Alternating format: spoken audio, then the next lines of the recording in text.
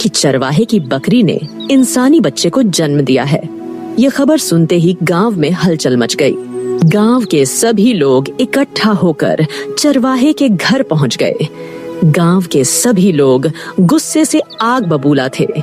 गांव का मुखिया चरवाहे से बोलता है, अरे नीच बदतमीज, जरूर तूने बकरी के साथ कुछ गलत किया है, तभी बकरी ने इंसानी बच्चे को जन्म दिया है।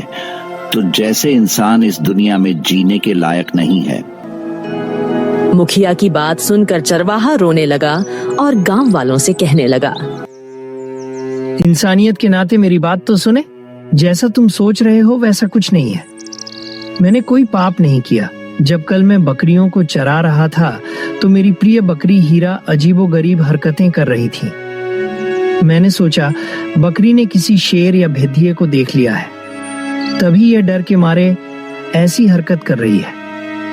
मैं जैसे ही दौड़कर बकरी के पास गया तो मैंने देखा एक मासूम बच्चा बकरी के पास खड़ा है। मैं बच्चे को देखकर हैरान हो गया। फिर काफी देर बाद मैंने सोचा कि मैं बेऔलाद हूँ। शायद ईश्वर ने यह बच्चा मेरी पत्नी की सुनी गोद को भरने के लिए दिया है। फिर मैं उस बच्चे को उठाकर अब उसे अपना बेटा मानकर पाल रहा हूँ। अरे अपनी झूठी कहानी सुनाकर अपने पापों पर पर्दा डाल रहा है। बकरी ने इंसानी बच्चा जना है, ये इसी की हरकत का नतीजा है। ऐसा कभी नहीं हुआ कि एक बकरी इंसानी बच्चे को जन्म दे दे। गांव वालों ने चरवाहे की बात का यकीन नहीं किया और चरवाहे को बुरी तरह से पीटने लगे। किसी ने लाठी से मारा, किसी ने लातों से। चरवाहा गिड़गिड़ाता रहा, लेकिन उसकी किसी ने ना सुनी। फिर भीड़ में से एक बूढ़ा आदमी निकलकर आया। वो गांव वालों से कहने लगा, जरा सोचो, ये जो इल्जाम हम इस चरवाहा पर लगा रहे हैं, क्या ये वाकई सच है?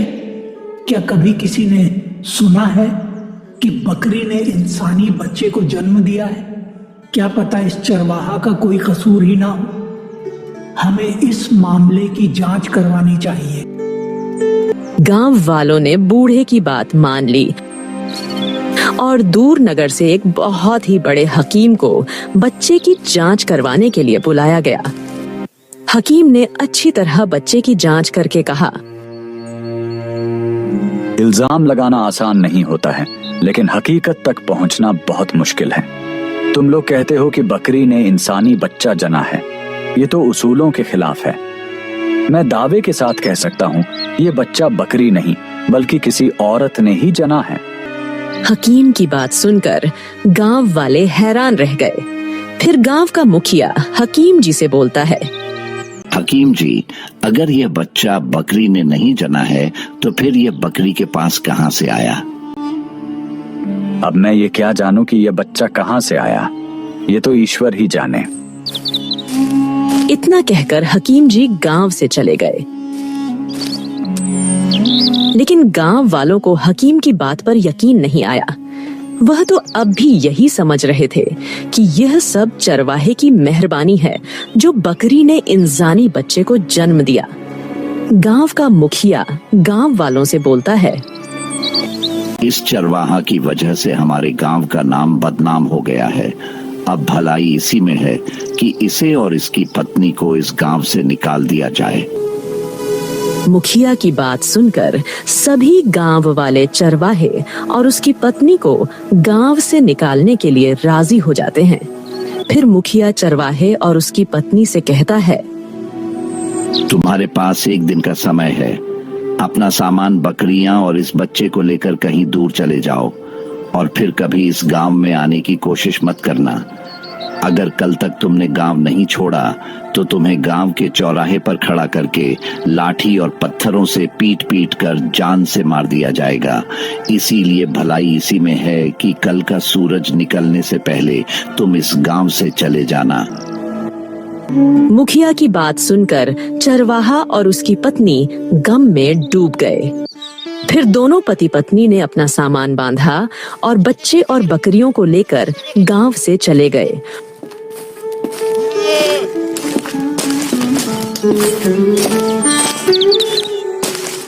और एक दूसरे गांव में जाकर बस गए जहां किसी को उनकी कहानी नहीं पता थी। वहां वो अपना गुजर बसर करने लगे। चरवाहा और उसकी पत्नी उस बच्चे को ऐसे पालने लगे जैसे वो उन्हीं का बच्चा हो। चरवाहे की बकरी हीरा भी उस बच्चे से बहुत प्रेम करती थी। ईश्वर का करना ऐसा हुआ कि जहां चरवाहे का घर था, वहीं एक व्यापारी का भी घर था। उस व्यापारी की 2 पत्नी थीं। एक पत्नी बहुत ही नेक रहमदिल औरत थी, जबकि दूसरी बहुत ही चालाक और जालिम औरत थी। व्यापारी की नेक पत्नी के साथ चरवाहे की पत्नी से अच्छी मित्रता हो गई। व्यापारी की नेक पत्नी को चरवाहे का बेटा बहुत प्यारा लगता था।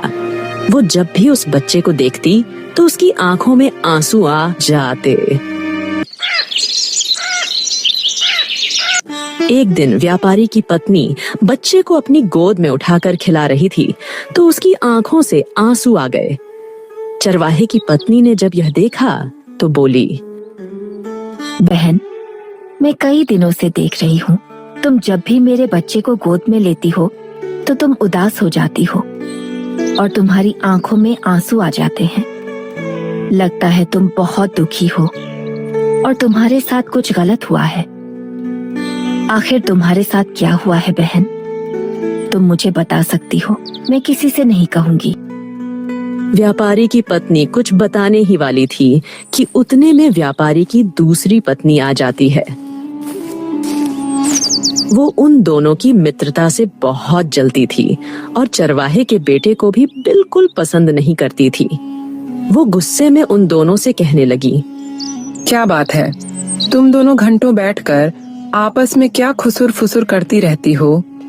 और तू चरवाहे की पत्नी, तुझे अपने घर में कुछ काम नहीं है क्या, जो रोज मुंह उठाकर हमारे घर चली आती है? कभी अपने घर का भी ख्याल रख लिया कर। और ये तेरा बच्चा, देखो कैसी बुरी बुरी आवाजें निकालता है। जाओ, दफा हो जाओ अपने इस बच्चे को लेकर, और दोबारा हमारे घर में आने की सोचना भी मत। व्यापारी की पत्नी की बात सुनकर चरवाहे की पत्नी की आंखों में आंसू आ गए। उसने अपना बच्चा उठाया और अपने घर चली गई।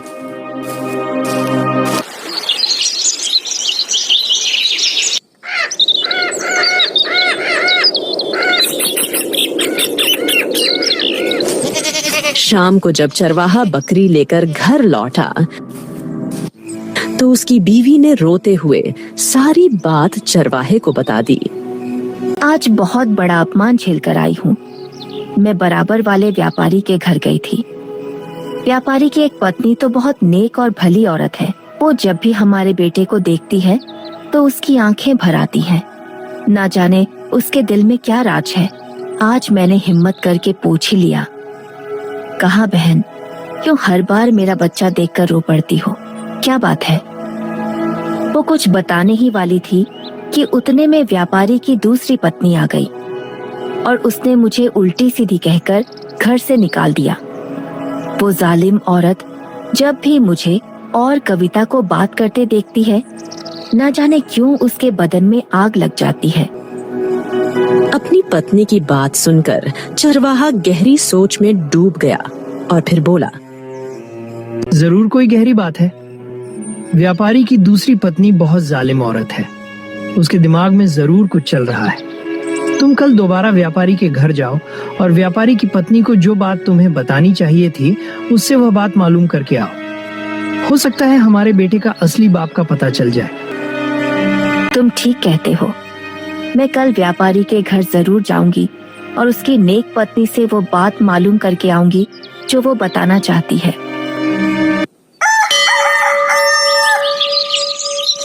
दूसरे दिन चरवाहा बकरियों को लेकर जंगल चला गया तो उसकी पत्नी मौका पाकर व्यापारी के घर चली गई।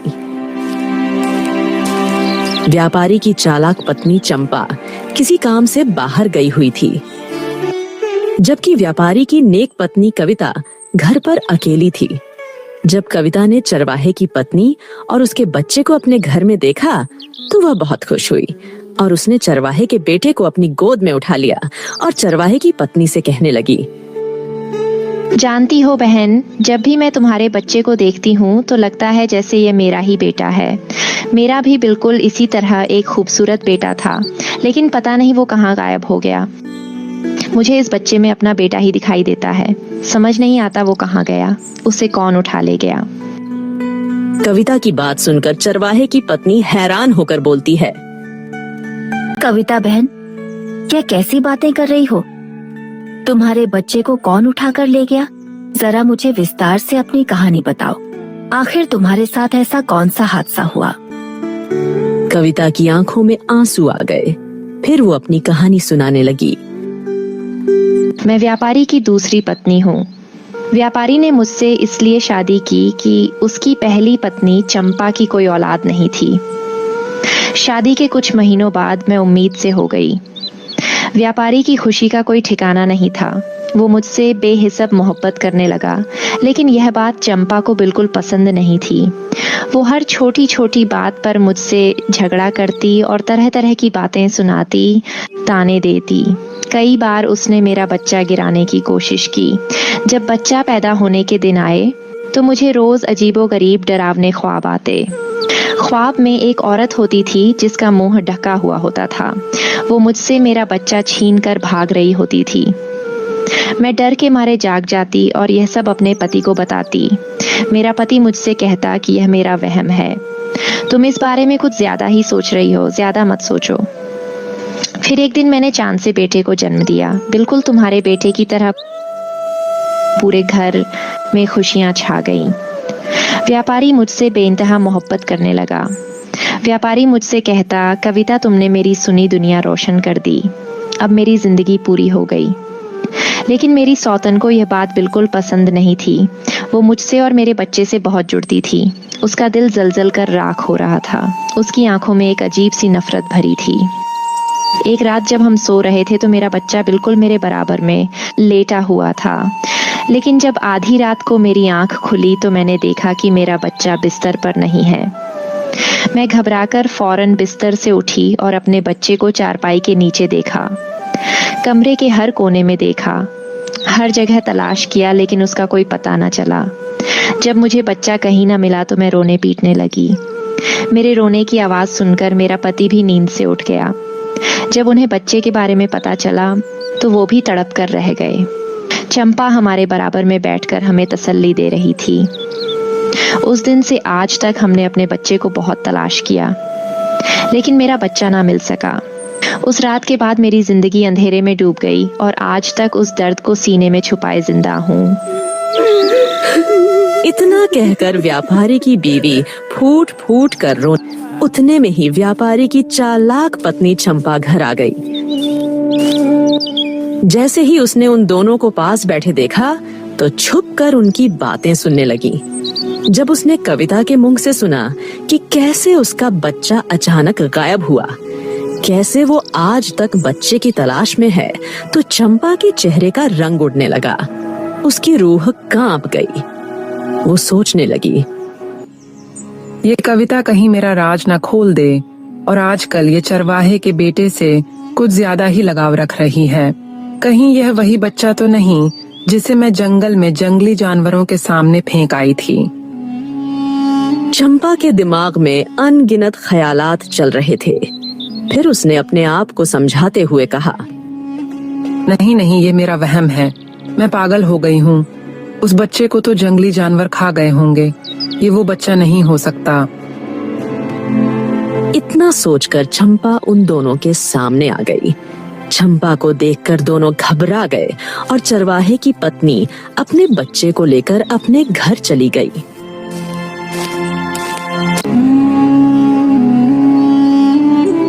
उस दिन के बाद चंपा ने व्यापारी के और भी कान भरने शुरू कर दिए। तुम्हारी बीवी कविता मनहूस है। ईश्वर ने तुम्हें चांद सा बेटा दिया था, लेकिन यह कमबख्त खुद ही अपने बेटे को खा गई। न जाने तुमने उस मनहूस से शादी क्यों की। जब से इसने घर में कदम रखा है, घर का चैन, सुकून सब खत्म हो गया। व्यापारी अब कविता से कुछ खास प्यार नहीं करता था और न ही उसके पास जाता था।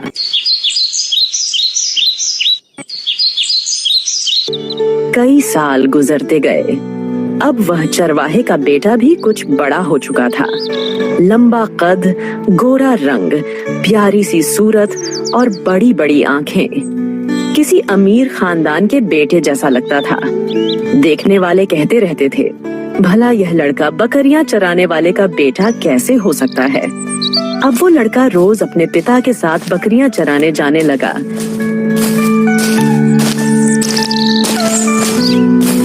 लेकिन चरवाहा हमेशा अपने बेटे को समझाता। भानु बेटा, अपना जीवन सुधारो, पढ़ाई लिखाई करो। ये बकरियां चरा लेना कोई बड़ा काम नहीं है, ये तो हमारी मजबूरी है।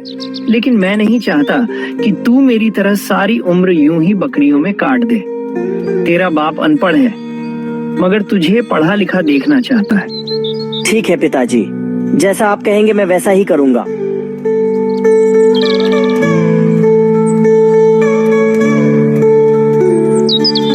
उस दिन के बाद चरवाहे ने अपने बेटे को पढ़ाने का इरादा कर लिया। उधर व्यापारी की पत्नी को यह पता नहीं था कि जिस बेटे के लिए वो वर्षों से तड़प रही है, वो बेटा उसके नजदीक ही पल रहा है। व्यापारी की पत्नी को चरवाहे के बेटे से लगाव बढ़ता ही जा रहा था। वो लड़का जब भी उसके घर के सामने से गुजरता, वो चोरी छुपे दरवाजे के पीछे से झांकने लगती। उसकी आंखों में एक अजीब सा सुकून आ जाता। एक दिन चरवाहा अपनी बकरियों को चराने के लिए जंगल गया।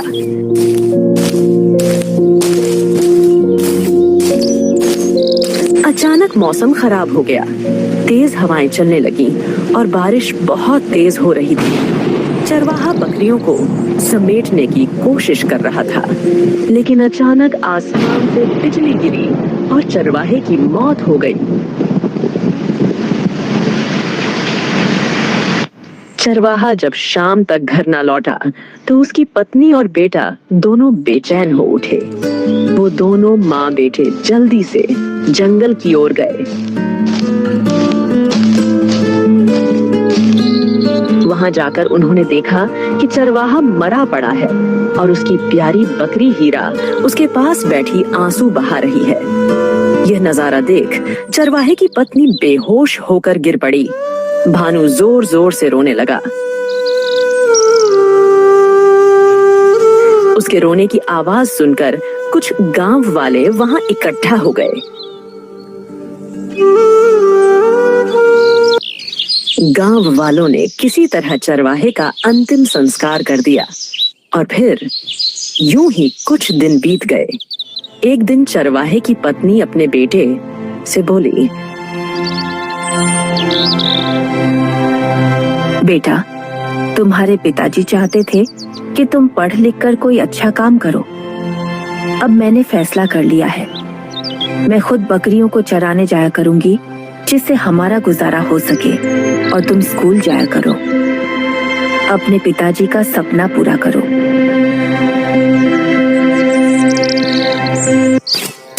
उसके बाद चरवाहे की पत्नी सारा दिन अपनी बकरियों को चराने लगी और जब उसका बेटा स्कूल से आ जाता तो वह भी अपनी माँ की मदद करता। दूसरी ओर व्यापारी की चालाक पत्नी घर में राज्य कर रही थी और कविता बेचारी अपने ही घर में नौकरानी बनकर रह गई थी। कविता सारा दिन काम करती और अपनी सौतन के ताने सुनती। बेचारी कभी किसी बात का गिला नहीं करती। वो हमेशा यही सोचती थी कि किसी तरह उनका खोया हुआ बेटा लौट आए और उसकी गोद भर जाए। उधर चरवाहे के घर के हालात खराब होते जा रहे थे। घर का खर्चा बड़ी मुश्किल से चल रहा था। एक दिन चरवाहे की पत्नी अपने बेटे से कहती है, बेटा, व्यापारी की पत्नी ने मुझसे कहा है कि हमारे घर का काम कर लिया करो। मैंने उससे हाँ कह दी है। झाड़ू बर्तन का काम है, मुश्किल से 1 घंटे में हो जाएंगे, इसलिए अब मैं कल से व्यापारी के घर काम करने जाया करूंगी।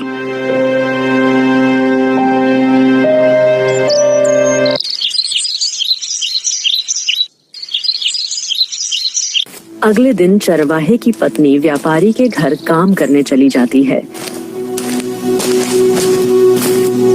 लेकिन जब चंपा उसे देखती है तो वह गुस्सा हो जाती है।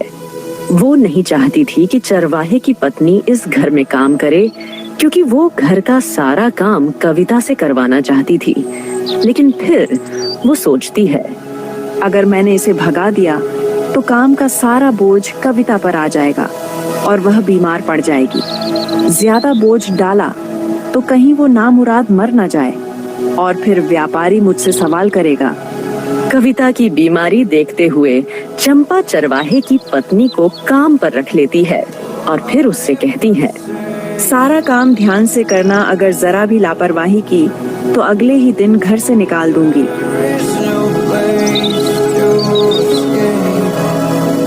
चरवाहे की पत्नी ने हामी भरी और काम में लग गई।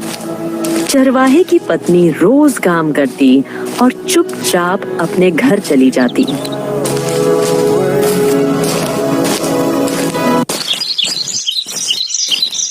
एक दिन मौका देखकर कविता ने चरवाहे की पत्नी को अपने पास बुलाया और कहने लगी,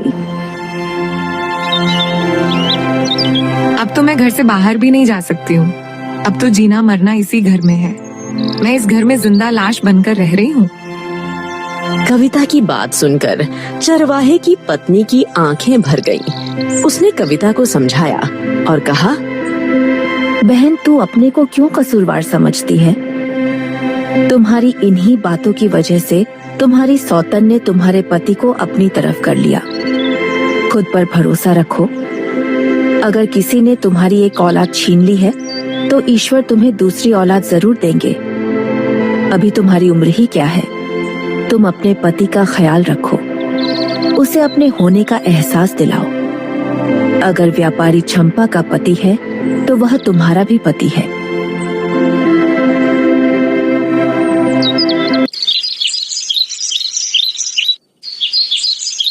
धीरे धीरे चरवाहे की पत्नी की बातें कविता पर असर करने लगी। कविता ने खुद को संभालना शुरू किया। अब वो साफ सुथरे कपड़े पहनती और अपने पति की पसंद का ही खाना बनाती। अपने पति की हर जरूरत का ख्याल रखती।